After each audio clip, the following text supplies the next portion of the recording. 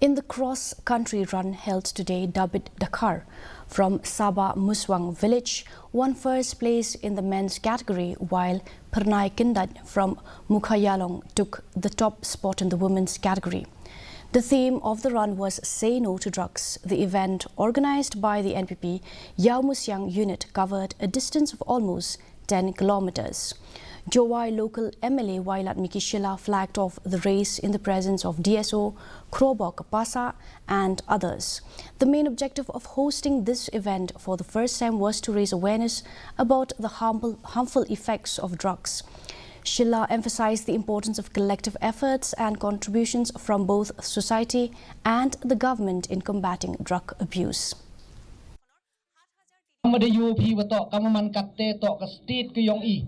To ya em go jing ya khun go chor pha thai jing to go drugs ta jing kali go pan man ni ile unu drugs kam yo pia ni po khubor kate man ga sni ba ki police ki pli ya kem gi man ga sni ba arkari lekari the kem ba yo ni drugs ta katte le po ni drugs nei bha i wa to emi ya ka very young population